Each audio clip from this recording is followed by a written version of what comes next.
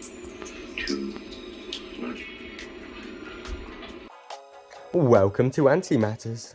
Hello everyone, welcome to a jam-packed Ant News Network news. We've got 2 weeks of amazing content, all created by you amazing viewers. Last week I was so busy, I couldn't cover anything but new ants. However, lots of content deserves to be shown, so this week is a 2-week update, including the lot in no chronological order. Ready? Into notable videos we go. First up, there was at least 3 ant room tours. Ladies first, so Ants England uploaded an Ant Corner update. This is part 2. Go check out part 1 as well. I've got to say her Lasius flavus colony is amazing. I've never seen one so big. I 100% agree with her view that Lasius flavus are totally underrated. It's not just flavus though, there are nigers, rubras, sylvaticus, which are campos, fedchenchois, I probably said that totally wrong, but she's got them all, it's great. Sadie also released a video on her Camponotus singularis queen. She's a bit of a ginger, but she looks amazing. Camponotus singularis are huge and their queens are just ginormous. They're kind of about the same size as a leafcutter ant queen in some cases, but amazing to see. So go and check that video out. All the links to everyone's channel will be in the descriptions as always.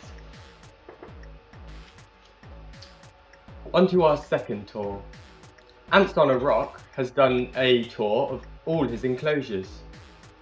I think there was over 25. It was quite great seeing all the ants though, especially his Tetramorium bicarbonate of soda. I like calling mine that sometimes, so yeah, I know. His dive colony is also extremely impressive, and they can consume 5 pinkies in one night, which, if you don't know what a pinky is, it's a baby rat, I think, or maybe a mouse, but yeah, they're quite big, so that's a massive meal for them to handle, and to eat that much, they must be huge. The third tour only covers 1 colony, but my god, it is massive. What you're seeing is a Polyrhacus dives super colony. There must be thousands of queens here, and maybe even millions of workers. The scale is just mind-boggling. ABY Ants, who specialises in Polyrhacus dives, has been kind enough to share his colony and his knowledge on his channel, ABY Ants, so go and check that out, especially if you're thinking of keeping dives, or you have dives, as he has plenty of tips for their care.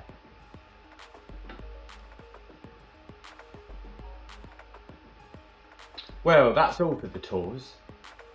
Never fear though, so much more has happened. A certain keeper, known for his focus on high quality footage, has been really busy this week, and that's Aesthetic Ants. His amazing video last week on beautiful failures was a really good video. The nest was absolutely gorgeous, but having a good look at it, there was a few flaws. I would love for the feedback he gave to be incorporated into a future design, to be honest, because I'd love to own this nest if it didn't have the big problems that it has. It's definitely worth going and checking it out though, because it's a really beautiful nest. It's just a few little steps away from being perfect. Also, his 1-minute updates covered his Cremagasta scutellaris last week, and they are just booming. Last time I was really impressed by how much they'd grown, and again they've just exploded. The nest was maybe half full last time, and now it's packed to the ceiling. Those scutellaris, they're quite impressive, and a lot of people are going to have quite big colonies of those soon, I think. Let's keep to the continent as we head over to Macroformis. I believe he is from France. I'm just guessing from the name, so to be honest, he could be from anywhere in the world. His new venators though are absolutely gorgeous, and I really do appreciate the subtitles on your videos. French really isn't my strong point, so it does help quite a bit, and I do find myself learning some French as I'm watching the videos. The colony is a stunner though. Hopefully they continue to grow nicely, and he has a massive colony of venators soon. I have noticed venators are really popular at the moment as well, as they should be. They are beautiful ants. Ever wondered what a city for ants would look like? Well, wonder no more. Ants on Top has made a wonderful little cityscape for his ants. I'm completely blown away by how well it's turned out. I'd always dreamed of making something like this in Lego, but never really been able to do it. But seeing someone else do it, it's really inspired me, and I want one too now. It's certainly worth going to check out though. There's even cars, and they can climb up the buildings, everything. Little roads, and there's grass painted on. 100% recommend going and checking it out. There's a really lucky Camponotus floridanus colony inside it now as well. I'm extremely jealous of those.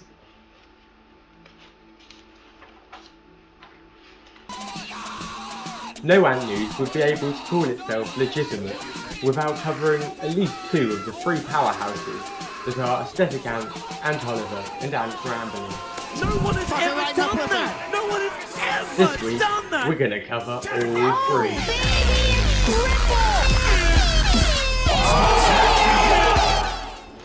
To Holophus we go. Oh my god, his new leaf cutter setup is to die for. Leaf cutter ants. From tubes to ropes and into this massive outworld, this is truly the biggest ant project I've ever made.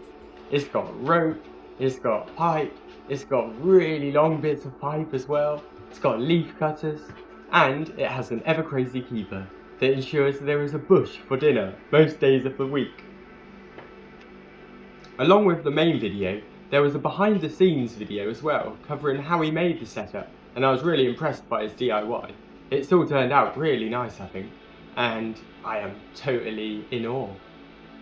I wish one day that I have a little setup like this for my leaf cutters, but yeah, they're not nearly as big as Holophus at the moment, and I don't really want them to get that big, because they'll take up quite a lot of space, and the Tetramorium bicarinata mahogany.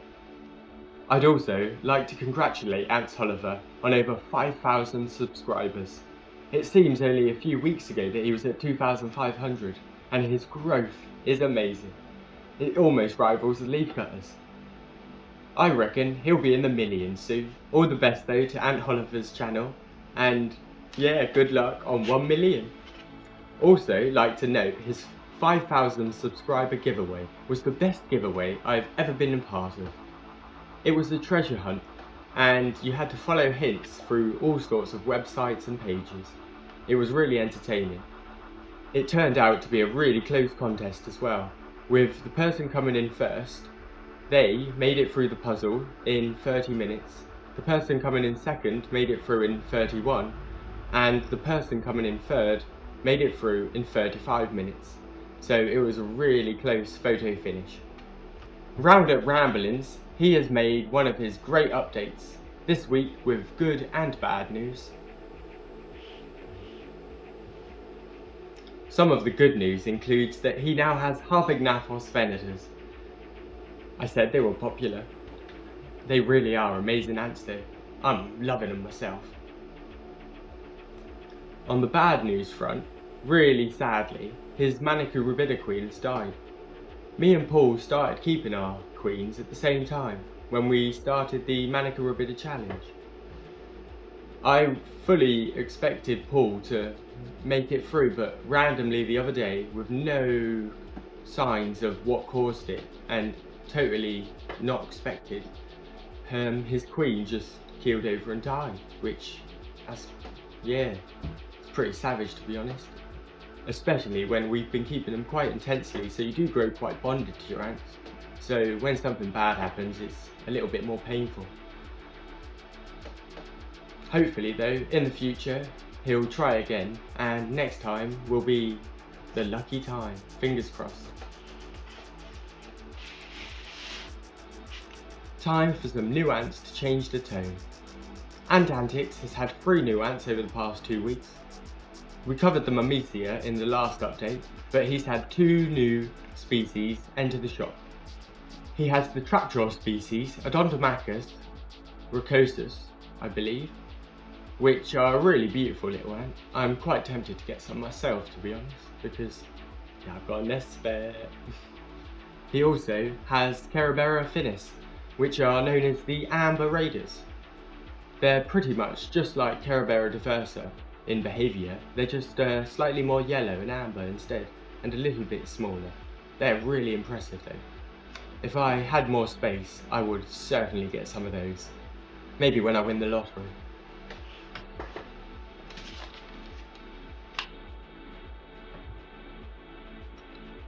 My new website, antimatter.com, also has Tetramorium bicarinatum available in all different sizes. If you've seen any of my videos, you know they grow, and they're from my colony, so they're pretty good. Go over there and check them out there if you like. Every little helps, and it all goes back into the Tetramorium colony.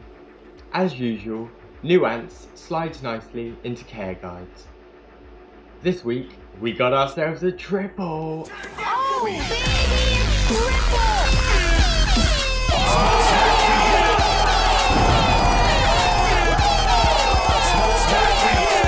There's a Cataglyphis Velox care guide from Big Ross. These beautiful desert ants really do shine.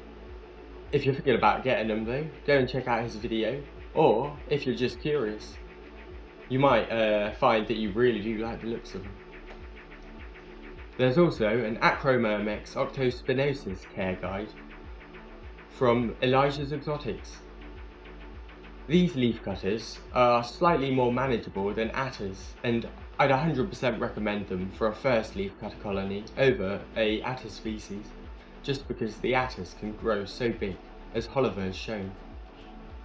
Finally, City Ants has a guide for Pheidole tysoni. These are beautiful little amber ants, and it's worth checking out. You can never know too much about ants, so watch it all. As always, links to all of these care guides, all the shops, and everything else is in the descriptions.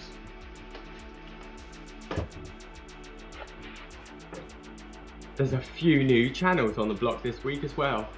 I'm afraid it's not a triple, but there is 2 new channels. First, Ants Union has just started up his channel.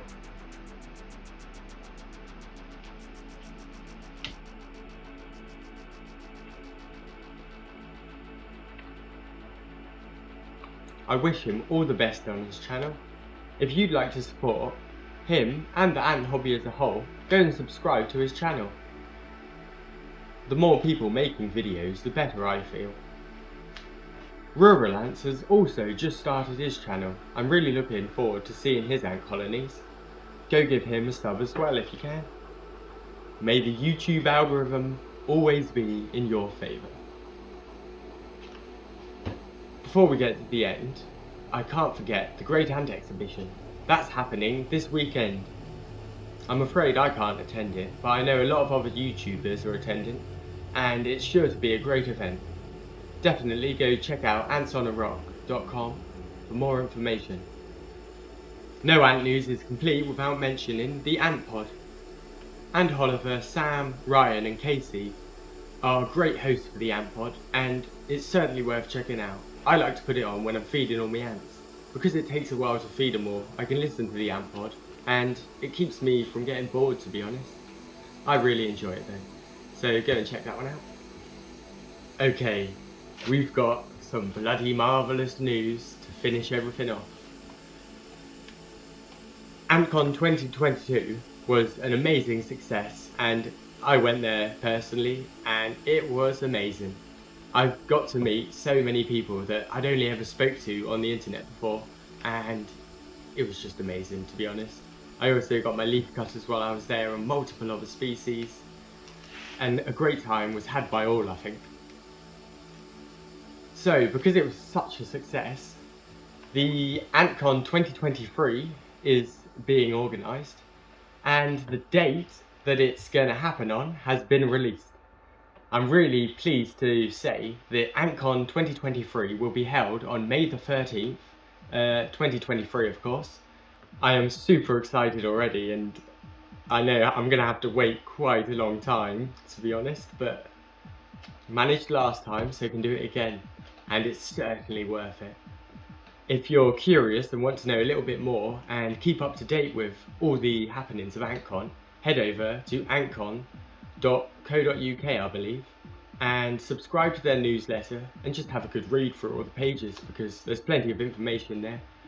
Antcon really is great, so thanks to everyone at Antics and Wakushi for sorting it out again. You did such a great job last time. I can't wait to see what you pull out the bag this time. The weather is boring this week, so we don't need it. That's everything for this episode though. Thanks for watching. I hope you enjoyed this episode of ANN News. Until next time, have a fabulous week. Thanks for watching, and bye!